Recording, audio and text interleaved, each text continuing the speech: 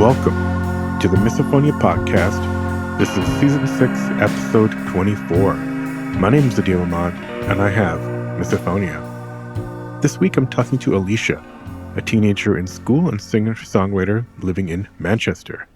We talk about misophonia alongside anxiety, autism, cerebral palsy, as well as dealing with bullying in school, being mocked in relationships, and how medication for anxiety has affected her misophonia. As always, let me know what you think. You can email hello@misophoniapodcast.com or find me on Instagram or Facebook at Misophonia Podcast. Thanks for the ongoing support of our Patreon supporters who have actually helped my current project of imminently releasing transcripts for all episodes. I'm really excited to get those out. If you feel like contributing, you can read all about the various levels, patreon.com/Misophonia Podcast. And probably the easiest way to help is actually just leaving a quick review or rating about the podcast wherever you listen. All right, now here's my conversation with Alicia. Alicia, welcome to the podcast. Good to have you. Yeah, thank you. Thank you for having me on air. So, do you want to tell folks kind of where you are? So obviously I'm from the UK. I'd love to live in America, to be fair. I think it's great. But yeah, I'm from the UK. I'm a singer-songwriter. If you know where Manchester is, I kind of live near Manchester. Gotcha. And I go to a music college in Manchester as well. So, that's where all the music is in Manchester. So it's great. Nice. Okay. And did you say you're you're student somewhere there, or where they do a lot of music? Okay. It's like a music college thing. So I'm a Nice. student there. I'm nearly finished. I've only got like 5 months left, something like that. But yeah, once I finish that, I'm just gonna kind of go into like hopefully a full-time job, and then that can pay for like my singing, making songs, and doing gigs and concerts and stuff like that. Yeah, cool. No, I'd love to hear about all that. But maybe do you want to go back to kind of like your experiences with misophonia, maybe growing up? Like, when did you, how far back does this go for you? I think it was about when I was about 7. That's when I started with it, and obviously I'm nearly 18 now. So it's been like 7, 8 years, probably longer. Mm-hmm. But yeah, it's been quite a long time. Because it kind of happened like I had my first like surgery on my leg, and I think because it was like trauma with that, and then there was obviously I had issues with school and like making friends and kind of just coping with like mental health and just general things in school. I think that's what triggered it probably. Mm. And yeah, okay. And how did what were some of the first times you were triggered? Was it then kind of at home around dinner with parents, or was it something related to the surgery or at school? It was more to do with school. I think it was like September, so that's obviously when people start getting colds and Mm-hmm. coughs and they start sniffing and things like that. And obviously it was really quiet in the classroom, and then somebody just started sniffing, and it just started to really like Yeah. upset me and make me feel really angry and like just horrible. Like it made me feel awful, and ever since then it's just become a thing really. I mean, people sniffing is probably like one of the worst ones for me. If someone's Yeah. constantly sniffing, it's very like, yeah, I just can't, I can't stand it. It's quite a common noise, obviously, because a lot of people don't realise they're doing it either. Right. Whereas obviously, I know with eating, I'm fine with people eating, but I know there is a lot of people that struggle with the noise of eating. I'm quite lucky I don't have to struggle with that, but you can kind of sometimes avoid that. But I feel like with sniffing, you can't really avoid that because it's more of a, do you know what I mean? It's kind of more, I don't know how to describe it. It's in a lot more situations and environments than eating, if that makes sense. Yeah. I mean, you could be walking down the street, or you could be shopping or something, and people are Yeah, sniffling. They're exactly. not Yeah, necessarily chewing on something. So, yeah, it's definitely much more common. And somebody's always sick. People generally yeah, just I eat know. eat Yeah, around meal times. yeah. So how did you, when you were at school, how did you react? Did you act out, or did you bottle it up? I kind of just like I didn't really act out. I kind of just felt all these like really intense emotions, but obviously, it was weird at first because I was just struggling with it and I didn't know how to feel. And then I started to have issues with noises at home as well. Um, Obviously these ones aren't really as bad now. But it was more to do with like background noises like banging or cleaning up or washing up like the clattering of plates and things Yeah. like that, that was really like difficult for me and stuff. A lot of Um, sudden high attack kind of noises. yeah, so it was kind of like it was weird because they were kind of like louder noises, whereas obviously sniffing's like a quiet noise, really. I mean, it's not quiet to me, but you know what I mean. It's more of a quiet Yeah. noise and stuff. But yeah, so obviously then I was having it. I couldn't get away from it. It was kind of everywhere with obviously different noises. Um, but I think with like as I've got older, I can kind of cope with the noises at home a lot better. But it's mostly just the sniffing really now that's been there since day one. That's always kind of really affected me more than anything else. And so it's your family, your parents are probably triggering you. Do they how do they react to your sensitivities now?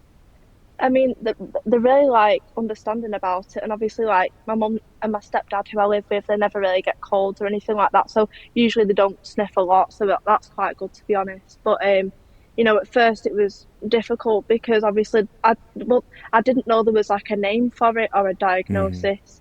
So obviously, because I think I might have traits of autism as well, because there's been other things that I've struggled with. They kind of just thought it was like sensitive to noise, and it was probably to do with something with that.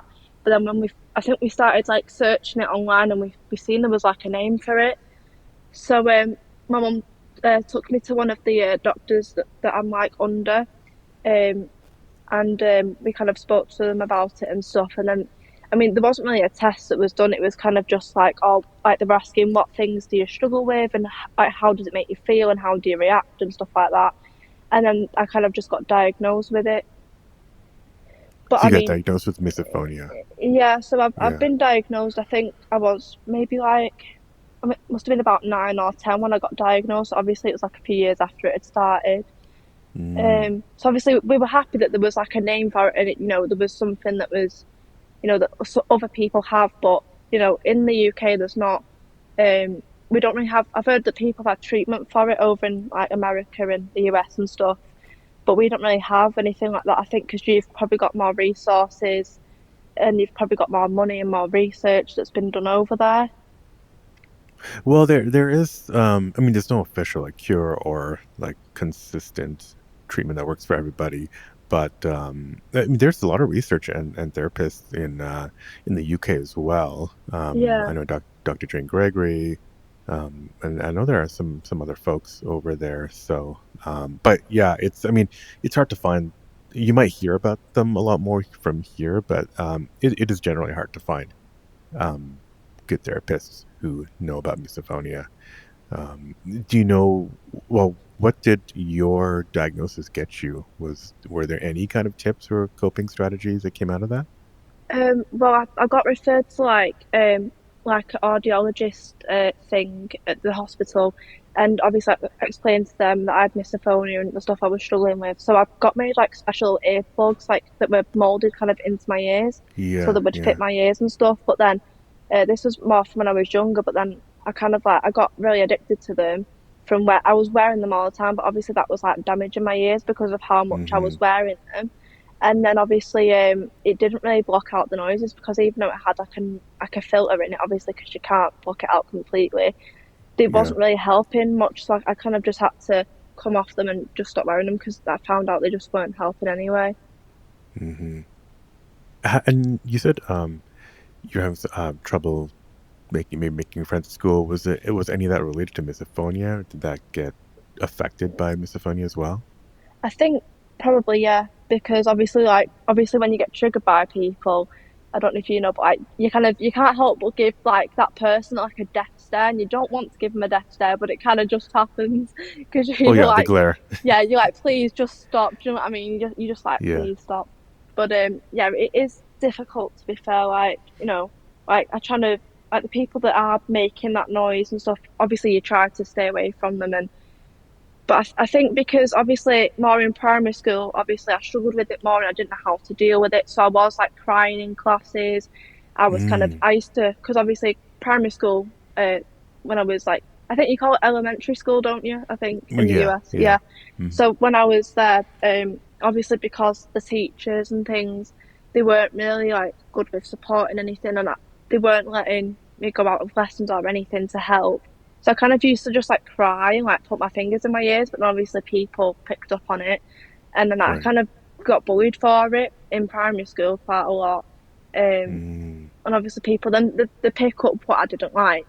I don't know how, but obviously they've picked up and they've noticed, and then obviously they're doing that on purpose to upset me yeah. and stuff, which wasn't great. But yeah, primary school No. was probably the worst for like support and stuff. But yeah, And has that gone better in high school, middle school, high school? when I went to high school, I went the first one I went to. I had like a card to come out of lessons, if it was getting too much, but then I felt like I was missing the work and, the teaching and stuff. So the support wasn't really great. But then I moved to a second school because I was getting bullied there for other reasons. And Mm, then so I moved to a different school, and they were, I think after a couple of months, obviously like we properly spoke to them about it and stuff, and they were saying like they would let me wear earphones in lessons, if I needed to, connected to my phone and stuff, as long as it was discreet and I wasn't on my phone constantly. If I was just yeah. putting a playlist on or a few songs, and that's fine as long as I'm not constantly on it. So yeah, we kind of had that agreement, and the teachers knew, and it was so much better, honestly. Like it was amazing that they could do that for me because the other school, like we were suggesting that, but they wouldn't allow it at all. Mm, yeah. Wow. That's rough. Hopefully, mm, more schools are a little bit more understanding and have some more flexibility. Um, and how about your friend's situation now at this new school? I mean, well, when I went to that new school, I did get some more friends and stuff, and I'm still friends with somebody that I did go to school with at that school. So it was a lot better. I didn't really get bullied or anything like that. I enjoyed it a lot better, to be honest. Have you ever met anybody else with misophonia? Um, I think I had like one friend, but we weren't really, really close. But I think like I did Yeah. speak to her, and I was like, I think I spoke to her, and I was like, you've mentioned it before that you don't like certain noise, and I was like, is this how you feel? And she Mm-hmm. was like, yeah. And I was like, yeah, Mm-hmm. that's misophonia. And she was like, oh right. But no, I wasn't really close with her. So to be honest, there wasn't really anybody that I knew. But that's the thing though, because there's not many people that have it. You kind of feel like you're different, and you feel like you're on your own because you feel like you can't relate to anybody, and people don't understand how it makes you feel. Right. Right.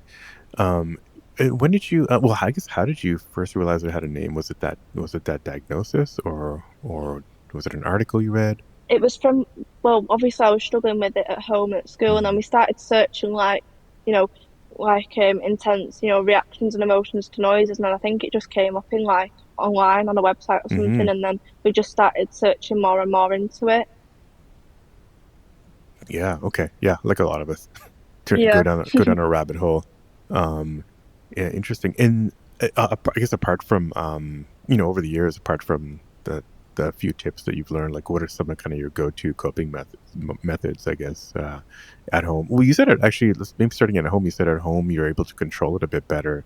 Is that how do you do that? Is it like kind of go in your room when it's time, when it's like cooking time, so you don't hear the banging, or?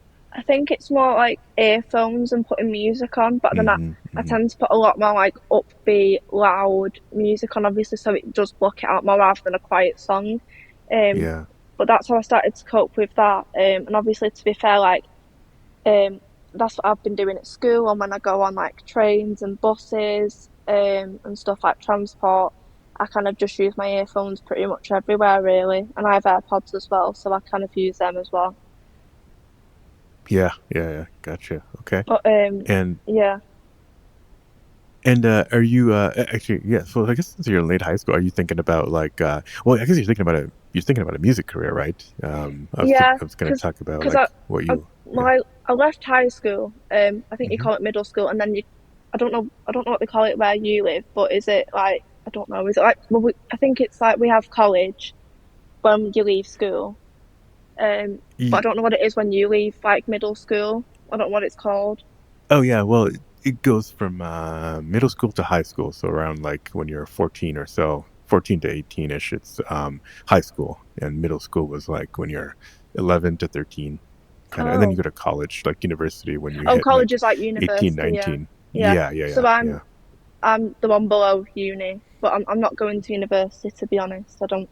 I just don't think Hmm. that's the route for me. I'm obviously, like I said, I'm just going to try and get a normal job and do my music on the side until obviously a career comes out of it. Have you taken jobs before? I'm kind of curious how you think about misophonia in doing jobs. Yeah, I mean, I worked in like during I don't know if you have a JD Sports in America. It's like a retail like sportswear shop thing. Oh, okay, yeah, yeah, we have stuff like that, but not JD. Yeah. All right, yeah. Well, we have it's like a sports retailer thing, like a Hmm. sportswear shop, but it's quite popular. A lot of people in the UK tend to like use it for clothes and stuff like that. So that was my first job I got there. And I mean, to be fair, that was fine. Like, I think because like it was weird because even though I didn't like the noises of like banging at home, when I was working in a shop and there was a lot of banging, and I was working in, you know, in the warehouse and stuff like that in the back, it was kind of like it was different, so it didn't really trigger me. To be honest, it was really weird. But the environment was pretty much okay, really. From with working with that with my misophonia, it was fine, really. But I don't. Okay. But yeah, when I went for like my interview and stuff, I never told them about my misophonia because I just thought I'll see how I go on, and then if I do struggle, then I can always say, I have this, and this is, what I mean. I can always tell them later on if I am struggling. Right, right, right, right. Gotcha. Yeah, then maybe let's talk about. I guess did your choice of pursuing music, any of that related to misophonia? Like maybe I don't know anything from wanting to express misophonia through song, or just um, do you feel like your sensitivity to sound has made you kind of like a better musician or more interested in music as a career or as an interest? Um, I think obviously from like listening to music, I've always loved music. Even before I had Hmm. misophonia, I've always just loved singing, and I used to like write songs a little bit when I was younger, and I've always Hmm. kind of just loved it. But obviously, since I've had misophonia, I've loved it even more because it's kind of been that escape from everything. And I feel like when you're singing and you're performing, it kind of it does block out noise, and it's like that one time when you can kind of just become a normal person and kind of escape from Hmm. everything else. And that's how, kind of when I feel normal, if that makes sense. Yeah, I'm wondering, do you do gigs like live shows? Yeah, I've done a few in where I live, in like the town where I Yeah. live, and then I think I've done like one or two in Manchester where I go to college. Um, but I mean, mostly it was mostly just in my town, at like local Hmm. like pubs and stuff like that, really. Um, Yeah, yeah. How's the? I mean, how's it like to sing and then risk having people sniffle in front of you? Oh no, that has happened a few times because I usually tend to sing a lot of like quieter songs, with like the like piano kind of songs and stuff like that. Yep. And when the quiet as well, and I'm trying to like focus on that. I've heard someone sniffing really loud in the audience, and I'm just like, oh no, this is like my worst Then you nightmare. break out into like a heavy metal song and get your anger out. I mean, I could have done that. I wish I could have, but no, I kind of just had to, um, kind of just focus on what I was doing. But it is so difficult trying to do something when somebody's triggering you because your Oh mind's yeah, just focused absolutely. on that, and it stresses you out so much. It's like your mind just completely goes mental, and it's like, oh my God. But I just had to try, and in my head I was kind of like, this is my priority, singing and getting this song over and done with. That's the main thing, and I just tried to focus on that. But it did really trigger me, and I was just like, I just can't wait to finish this song and just go away and just hide somewhere. Right, right, right, right. Um, yeah, I got you. And so you're finishing off school now. Are you finding that it's affecting? Does it affect like because you must be taking like exams and finals and stuff like that? Did you get accommodations for Yeah, doing those tests? I Yeah. mean, we don't, well, on the course that I'm on, we don't do like final exams, but when I was in school, and we did like proper exams, I think for like, I think when it wasn't as known to the school as much, I was kind of in like a main hall with everybody else. That was like a nightmare. Mm-hmm. And then once they kind of realised how much it distressed me, I got put into like a room on my own, and I had to have a teacher, obviously, observe me in the room, obviously, to make sure I wasn't cheating or anything. Yeah. But yeah, I kind of a room on my own, and that was like a lot better. and I did that for my final exams in school, and then obviously when I've come to college, um, well, luckily the course that I'm on, we don't have like final exams. What we do is we have like assignments and essays. We have to like multiple ones that we have to write over the course of like maybe 2 years. Hmm. And then obviously all those little essays add up to like your final grade, if that makes sense. Right, right, right. Yeah. Okay. Well, it's great that at least you're getting something there. But You. Hmm. go on, yeah, it's fine. No, I was gonna say, yeah. You mentioned a while back that you um, were maybe on the autistic spectrum. Is that an official diagnosis, or is that something you're still working with, I mean, or? I had a test when I think I was about 10, and then it come back and they said that it was obviously just the misophonia and I didn't have it and stuff like that. And then Ah. I've recently had an ADHD test to see if it was ADHD, but I do think I am probably linked to either ADHD or autism, because obviously Hmm. I know a lot of people who can have that. Obviously, have got like sound, like they struggle with Hmm. sounds and stuff. So I do think that could maybe be linked. Obviously, I've struggled making friends and just other things that I've had quite similar things in my life that have been quite similar to the symptoms of that. So I think potentially it could be that. Oh, yeah, gotcha. Yeah, yeah, definitely. Like, yeah, you hear about autism. ADHD is definitely a common comorbidity, like a common overlapping condition. Um, and do you get any kind of other like treatments for any other kind of conditions, or is mainly kind of I mean, I've got misophonia that you're dealing with? do you know what cerebral palsy is? Yes, yes, yes. Do you Uh, want to maybe yeah. explain it a little bit for the folks who might not know? Well, I have that. So basically, it is it's like kind of, well, it affects like your muscles in your Hmm. affected area. So mine's like my left leg and my left hand, but I've got it quite Gotcha. mild. So I'm quite lucky to be obviously in the position that I'm in because I, obviously it does really affect me, but I don't have it as bad as what other people can have it because a lot of people obviously Hmm. in wheelchairs and need a lot of Right. one-to-one support. Whereas I'm Yeah. quite independent, really. Obviously, I do have my struggles, and I do get tired when I walk, and I get a lot of pain, Hmm. and stuff like that. So it does affect me, and obviously trying to keep up with other people that don't have it. Like when we're out somewhere and we're walking somewhere, it does affect me quite a lot, and I get tired and in Hmm. a lot of pain. Obviously, and in jobs as well. When sometimes the jobs are quite physical jobs where you have to be really physically fit, and you've got to be able to like run around and do a lot of that. A lot of physical stuff I can't really do as much as that. But I do try my best and I do push myself. But yeah, that's like another thing that I do have as well. Gotcha. Was that kind of what the that leg surgery was related to back Yeah, when around when you? that Yeah. that Okay. was my first one, and I've had about 6 or 7. I've had quite a lot. Um, Okay. but I've been doing quite well. I think my last one I had was it like not last year, the year before. So I've done pretty well. And you know, it's all about like building yourself back up to normal after you've had the surgery and stuff.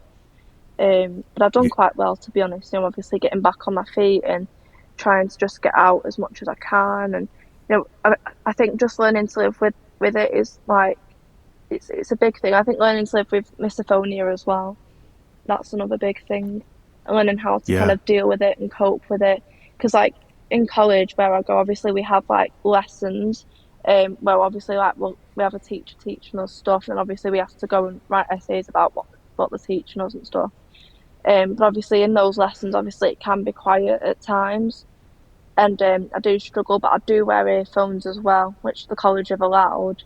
Um, but yeah, I mean, I do still struggle with it in college quite a lot, and then sometimes I can even hear them over my earphones, and I don't know how that's possible, but I can even hear them over like the loudest song, and I can have it because I mean, to be fair, with my hearing, I have like I think I had a hearing test a couple of years ago, and my hearing had gone down a little bit. So I've just been trying to protect my hearing a lot, obviously, because I Mm, do wear earphones a lot, and obviously I don't want to become deaf or cause any, a lot of damage. right. So I've just kind of got to be careful, but then at the same time, you just kind of want to turn it up and just like block everything out. Yeah. Do you also have the misokinesia, like visual triggers at all as well? Actually, I think I did have one of them. I don't know if it still affects me as much, but it's like when I see people like it's not really as big as what it used to be, but it was like when I see people chewing, like it's not the noise, it's like the face and Hmm. like I don't know, it does it's really annoying, and I'm just like, oh my God, just stop. But to be fair, it doesn't really like. I think when I was younger, it bothered me a lot more, but now as I'm older, it's not. But I mean, I think as well, my misophonia has improved a little bit since I've been put onto antidepressants as well. Hmm. Hmm. Because obviously I struggle with like mental health and stuff, and I've been through different therapies to do obviously with misophonia and for other things and how to deal with my emotions and stuff in general. I've had loads of different types of counselling and therapy and stuff like over years, and obviously because I'm nearly 18, which is like classed as an adult in the UK. Obviously I did speak to the doctor and I was like, I know you've denied putting me on medication in the past, but I am nearly an adult now, and I think I have been through all these different therapies, and I think it could really help. And it might even, obviously because your anxiety is linked with your misophonia as well. Yeah, it's definitely just a lot of commonalities between the two. Yeah. Yeah, so I was like, if I can be put on these like antidepressants, which can also help my anxiety, because I mean, the main thing of them it is to help my anxiety and it's to help me, to stabilize my emotions in general, and stuff. And obviously, I thought, well, if that can help my anxiety, then obviously the noises might not trigger me as much, or I might not get as much anxiety. But I mean, the noises have still been affecting me so much. Don't get me wrong, I've still been really struggling with them, but I think maybe a little bit it has helped a tiny bit. Are you able to like maybe recover, like not dwell on the noises as much after? Yeah, I think I'm a lot. Yeah, I can get over them a lot quicker. Obviously, after they've stopped or I'm away from them. But Hmm. obviously, it's still that kind of like fight or flight, isn't it? When you hear the noises and Hmm. stuff, you kind of just want to be on your own and be in a room on your own, just Yeah. yourself in there because then nobody can annoy you and you can just you know, be at peace. Do you know what I mean? Um, Right. Did you notice like a market mark? Was there a noticeable change basically since when you started taking the medication, or are you still kind of thinking about it? um, I think I can kind of calm myself down a little bit quicker. Hmm. And obviously, like, I think with the noises and obviously with other things in general, I don't get as, agitated about. And I think the reactions that I have towards, the noises aren't as big as what they were previously. So the reactions Yeah. are not as from me are not, like, obviously the emotions aren't as big and that I'm feeling. Yeah. Obviously, they're still very intense, but they're not as intense as what they were. And obviously, like, yeah, the way I'm reacting is a lot better, really, and I can kind of deal with it a lot better. So before the medication, they must have tried different kinds of counseling, like I don't know, maybe CBT or other Yeah, kinds of therapies. Did any of those affect your misophonia at all? I've done, CBT quite a lot with, different therapists, and I think the last one I did was last February, and I think he was like the first therapist that I've been to that actually knew what misophonia was, and he even had it himself. So, I was kind of Mm. like really surprised, and that was kind of a big thing for me. That obviously he struggled with it as well, and obviously he had his triggers, and it was kind of like he was saying that like exposure therapy is the best way to go about it. Ooh. But Okay. I have tried Interesting. that over the years, but it's not Yeah. gone too well. I just hate it so much. I just hate it. Yeah. That was a therapist in the UK. Yeah, I mean, a lot of people in the UK have Mm. said, exposure therapy is the best way to really go about it because obviously you're retraining your brain to kind of see it as not a dangerous thing. You're seeing it as a safe thing because obviously your brain thinks it's a danger and it's something that you need to look out for. And obviously it's not, it's just a noise. So you're like retraining your brain.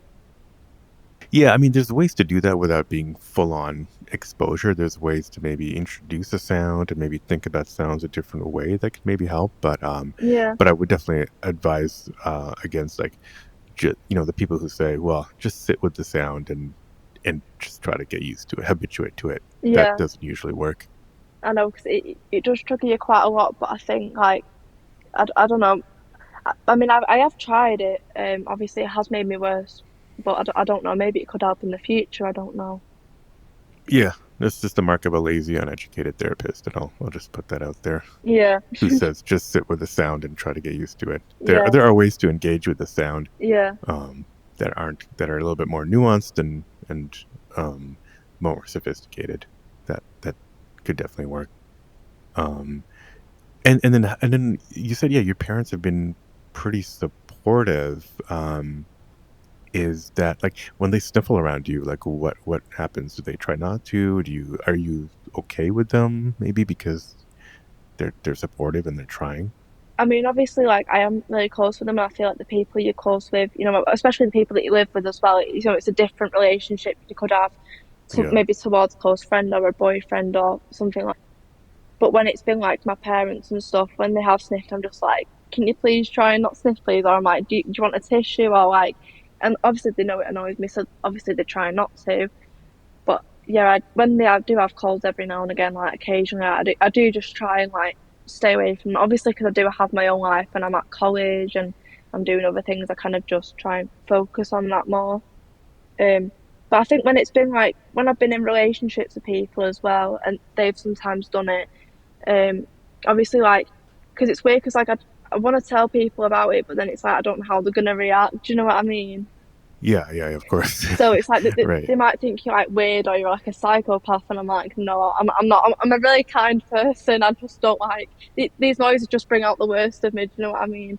Yeah, well, yeah, I guess how do you tell people, like new friends or new relationships, like when and how do you decide to do that? I usually try and tell them like, well, it depends. Obviously, if they seem like quite an understanding person, obviously they might share some of their issues with me. Then I'll just be like, oh well, like, do you find this noise annoying? And it might be like, yeah or no. And then I'll say, oh, well, it really triggers me, and I'll just say like I've got a condition, but it really does annoy me. Hmm. And then some of them will be like, yeah, I'll try not to. And I've had a lot of people that have been like, yeah, I'm trying not to trigger you, and like they've been really understanding about it. Um, Anyone who's not been? yeah, I mean, there's been one person recently. I mean, to be fair, that was probably one of the reasons we did split up. It was quite recently, but basically, obviously, I told him about, obviously this is about my leg and my cerebral palsy. Obviously, he knew about that, and he started to make fun of that, which obviously a boyfriend should not be doing at all. The cerebral palsy? Yeah, and Oh boy. he was, Okay. calling, well, because him and his family have quite what's the word? Quite a different sense of humour to what we might have. Do you know what I mean? And their sense of humour is Yeah. quite intense, if you get what I mean. So obviously, I was Mm-hmm. kind of like, don't, because his mum had broke her leg, and he was obviously making Mm. jokes about obviously his mum, and she was fine with that because that's their humour. But then I was like, don't bring me into your family's humour when mine's a complete. Your mum's broke her leg, mine's completely different. Do you know what I mean? I have to live with this for my Yeah. life. It's completely different. So anyway, him and his family did stop about teasing me and different things, but then he moved on to the sniffing thing, and it was weird he because I think I did mention it to him, and I was like, I don't know if I've mentioned this before, but this is something I do struggle with, and I just thought I'd tell you. And then the next day when I seen him, he just started sniffing really loud, but like. I, I, Oh I no. just knew, like, when you know that somebody's doing it on purpose, because he never sniffs, never ever does he sniff. And I just looked at him and he was like, "What?" And I was like, "I know you're doing it on purpose. Like, I'm not stupid." And he was just like laughing, going, "Oh no, I'm not doing anything." And I was like, "You do know that's really triggering to me, especially when you're doing it on purpose." I said to him, "If you weren't, I can tolerate it a bit more, but obviously because you're doing it on purpose, it triggers me even Mm-hmm. more." Mm-hmm. And he Mm-hmm. was laughing, and I was kind of just like, "This isn't really funny." And then he was like, "Oh, I'm really sorry," and he was just laughing, and he kind of just seen it as like a joke. Then I was like, "Are my issues a joke to you?" Do you know what I mean? Yeah. So is he like? Did you throw him out into the garbage and Yeah, I was throw him kind into of the just like, sea? I can't Yeah. be around someone that makes fun of my issues. It's not a good thing. I said I've had a few boyfriends and none of them have ever done that. So I was like, that's instantly a red flag for me. Yeah. Yeah. Big bright red flag. Um. Interesting. Okay. Okay. Yeah. No. It's always interesting how if and how people bring it up with friends or anybody.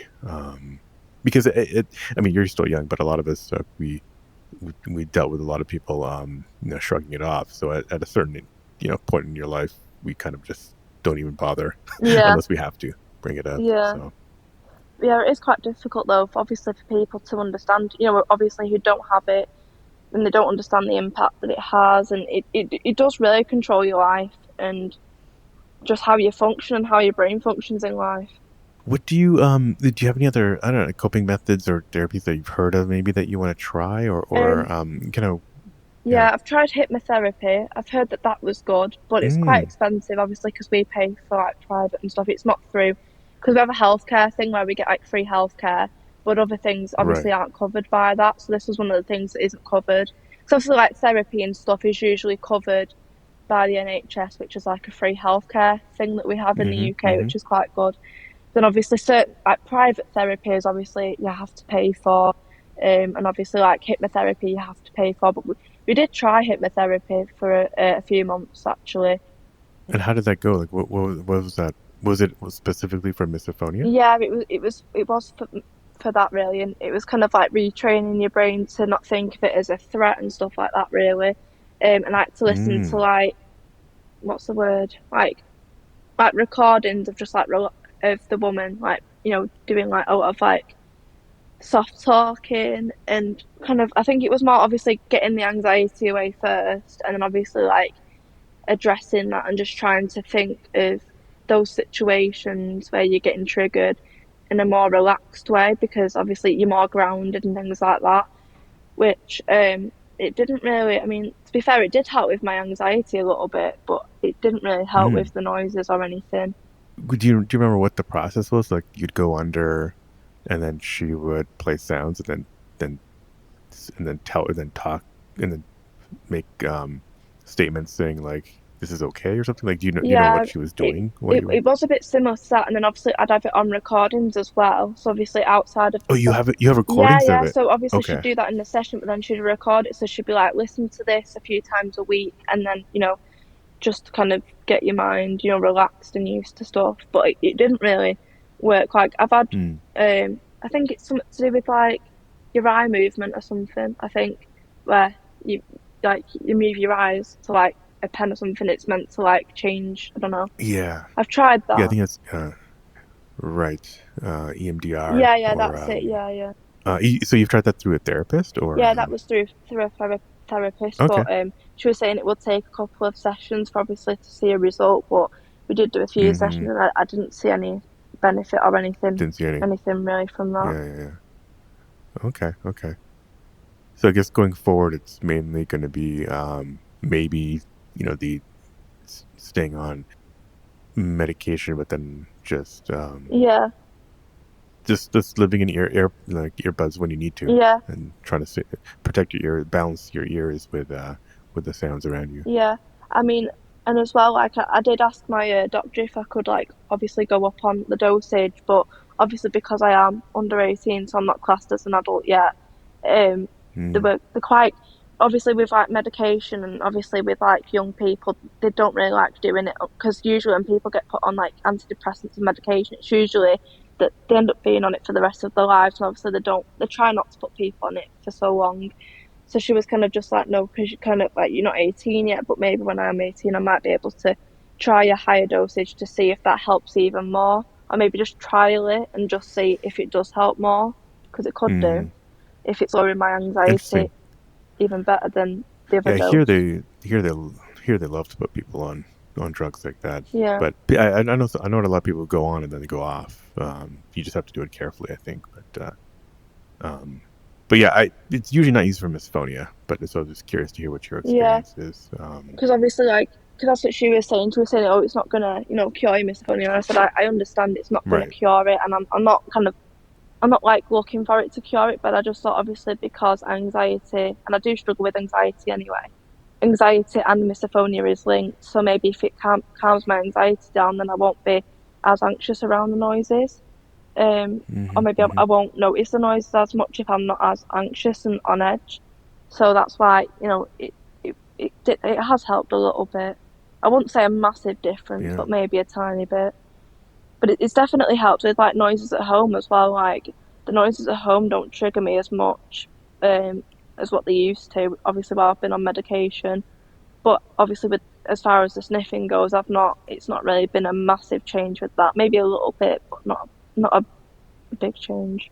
Do you have any siblings, or is it just you and your No, it's parents? just me. I mean, I'm quite lucky to not Okay. to not have any siblings because usually people are like, oh yeah, I'd hate to have that, but no, I'm just on my own. But yeah, Yeah, cool. Okay, yeah, a sibling could end up being a trigger and or a yeah, bully, kind of. exactly. Yeah, In the yeah, in the yeah. early years at least.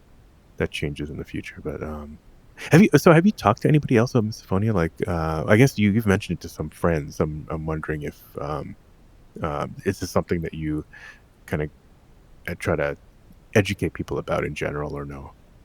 Not really. I mean, I try not to share it with people if I don't, really have to. Yeah, because I feel like different people have different reactions. Some people might laugh and make fun of it, or some people don't take it seriously, or they don't. I just feel like I mean, it's something that I'm quite.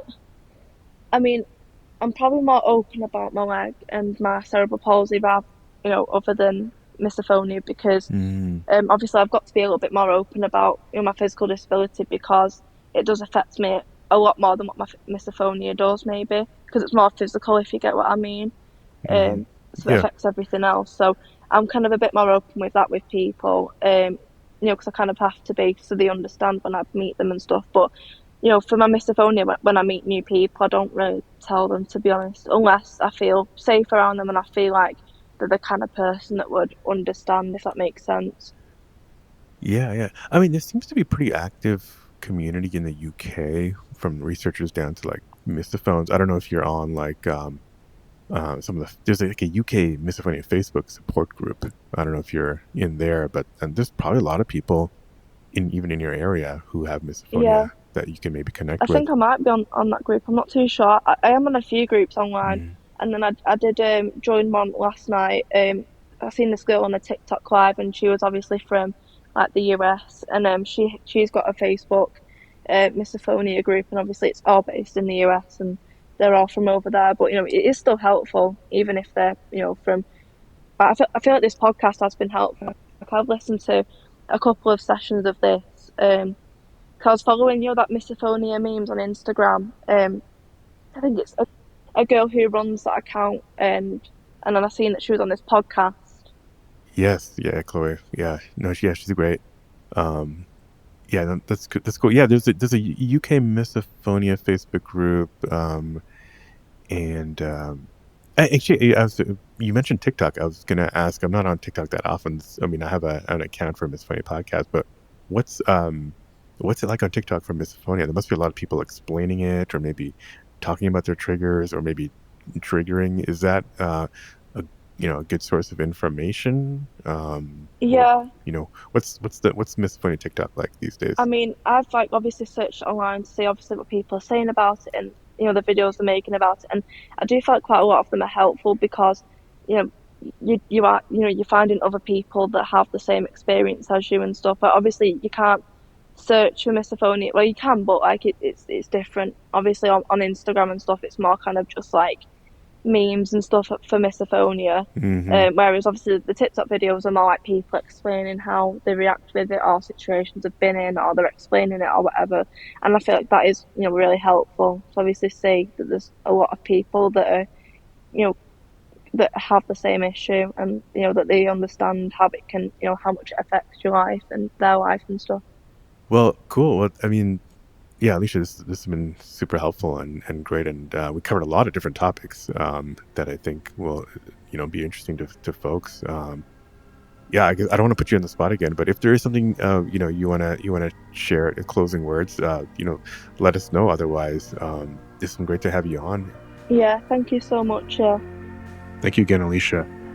I hope you have very quiet and healthy years ahead. If you like this episode, don't forget to leave a quick review or just hit the 5 stars wherever you listen to this podcast.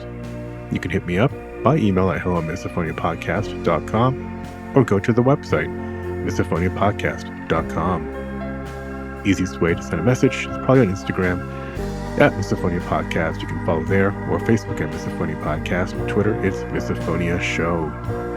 Support the show by visiting the Patreon, patreon.com/misophoniapodcast.